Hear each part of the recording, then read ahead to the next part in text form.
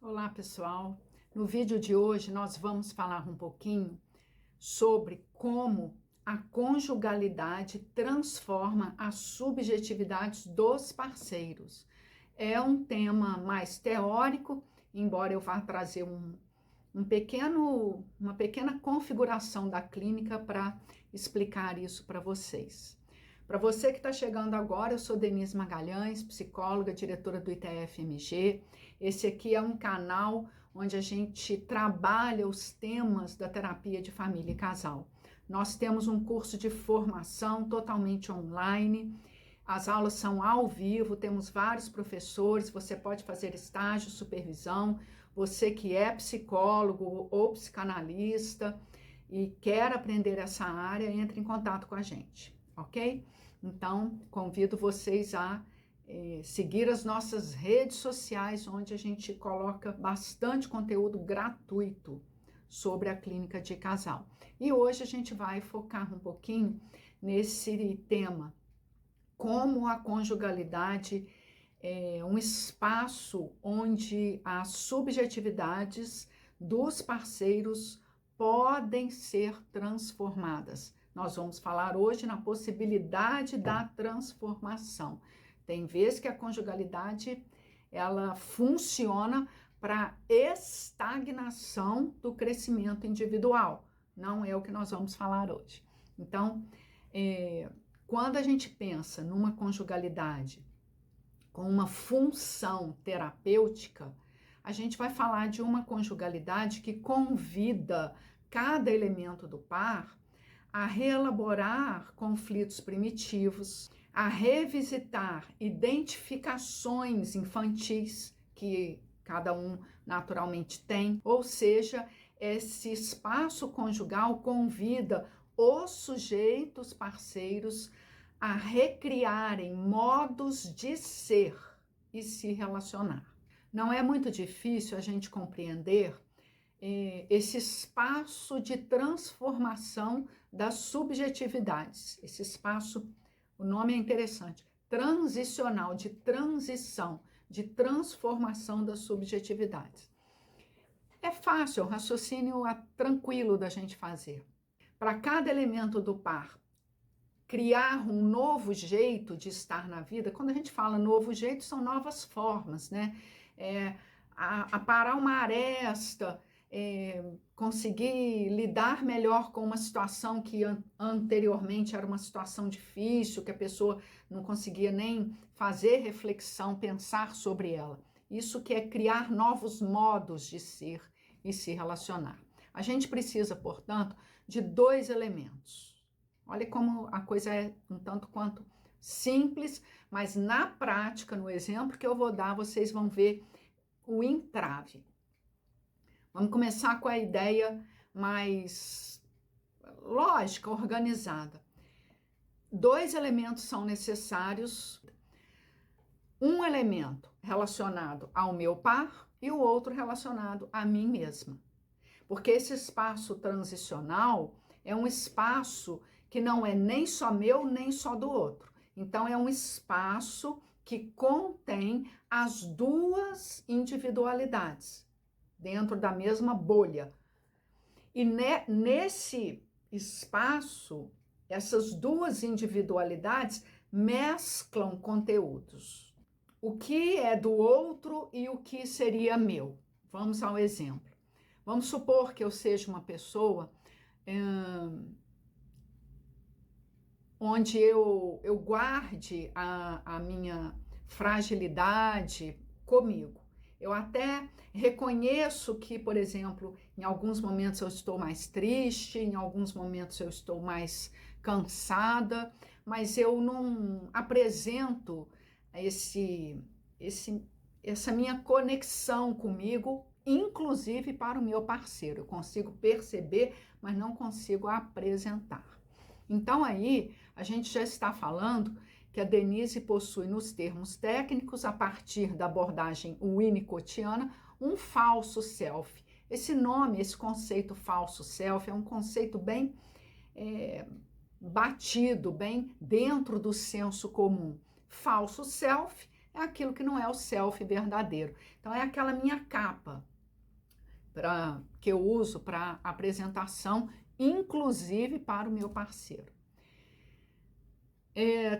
A gente poderia aprofundar conteúdo aqui, mas eu não vou aprofundar agora, não. Então, eu guardo para mim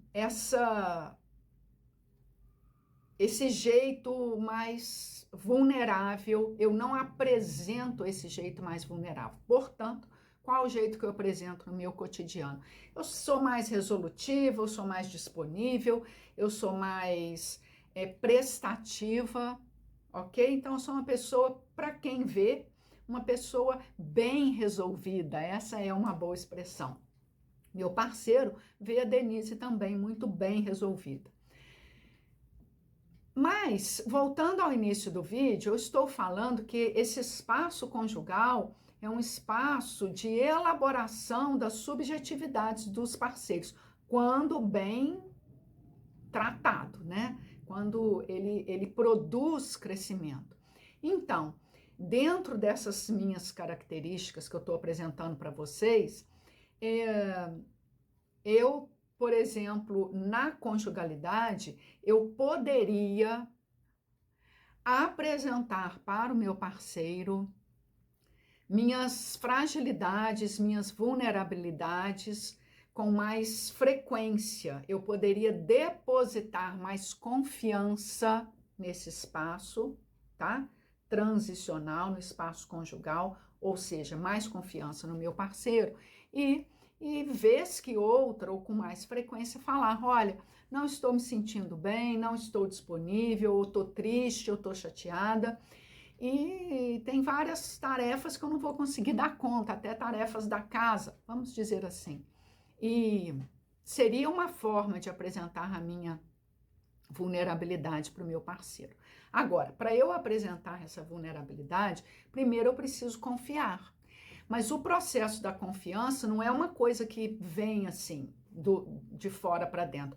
É uma construção que nasce exatamente na medida em que eu ponho o pé do lado de fora, quer dizer, do lado de fora do meu mundo subjetivo e encontro, aí vem o ambiente do meu parceiro. Por enquanto eu estou falando do elemento pessoal, a minha vulnerabilidade, tá?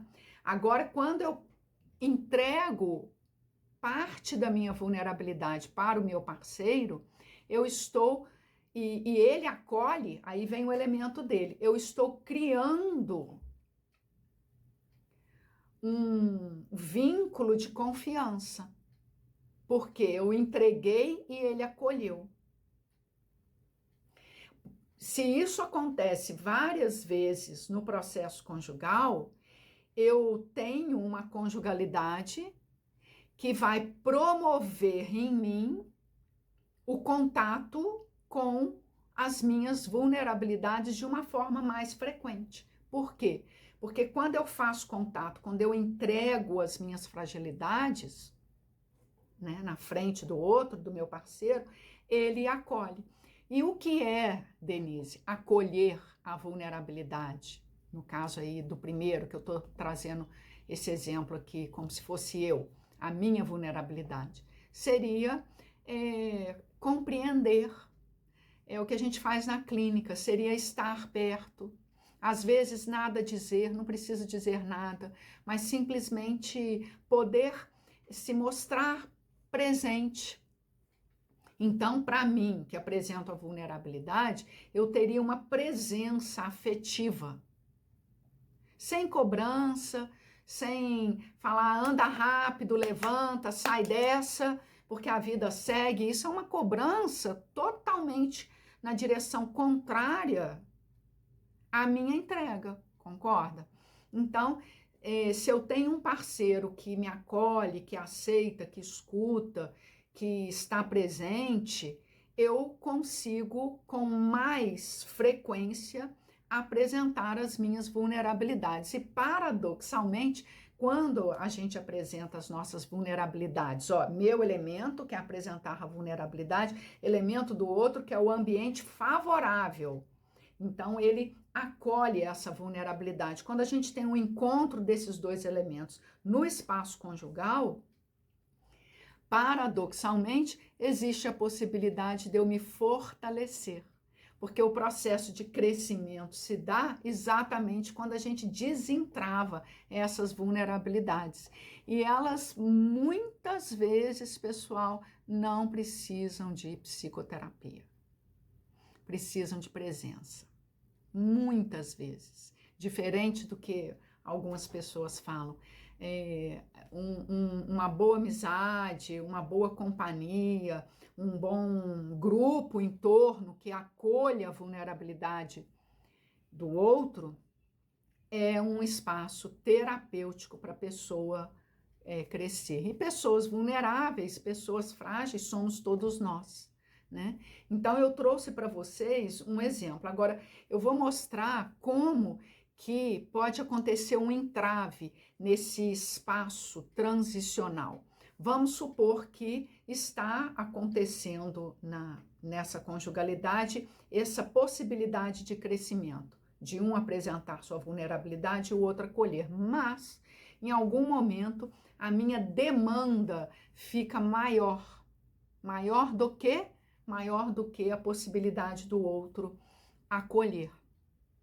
E aí eu começo até por uma via de uma ideação meio paranoica, eu começo a falar, fulano não está me acolhendo, fulano não está presente, fulano está me cobrando, ou não me acolhe da forma como eu gostaria. Pode acontecer, é muito frequente, inclusive, que isso aconteça na clínica de casal. E nós, como profissionais, não temos muito como convencer a primeira pessoa. Não, seu parceiro está te acolhendo, sim. Às vezes a gente até vê que a pessoa está acolhendo e vê que a demanda do primeiro aumentou ou, como eu falei, entrou numa via aí de uma ideação paranoide, com traços da paranoia. Isso diz respeito à pessoa. Que é o primeiro que eu estou falando, que está entregando-se para o outro. E aí pode acontecer um entrave no desenvolvimento da subjetividade daquele primeiro elemento que estava se apresentando mais vulnerável. Pode acontecer. É muito possível, eu já vi isso acontecendo mais de uma vez de formas diferentes.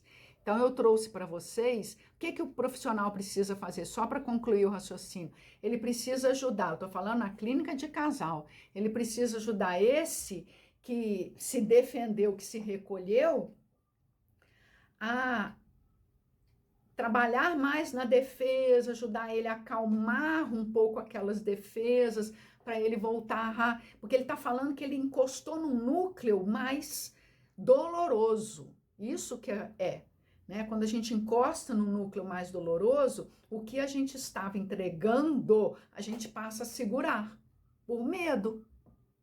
Será que o outro vai estar presente? Será que eu posso entregar mais? É assim que acontece. Então, na clínica de casal, o profissional precisa estar atento a essas nuances. Primeiro, ao processo da possibilidade do espaço conjugal como espaço de crescimento. E segundo, o profissional precisa estar atento também a movimentos de recuo de um dos elementos do par na direção do crescimento. Trouxe para vocês uma parte teórica da conjugalidade. E gostaria de saber se você, que é profissional, consegue identificar nos casais que você atende ou em algum dos casais esse espaço de crescimento, espaço de recuo. Conta para mim como acontece na sua clínica.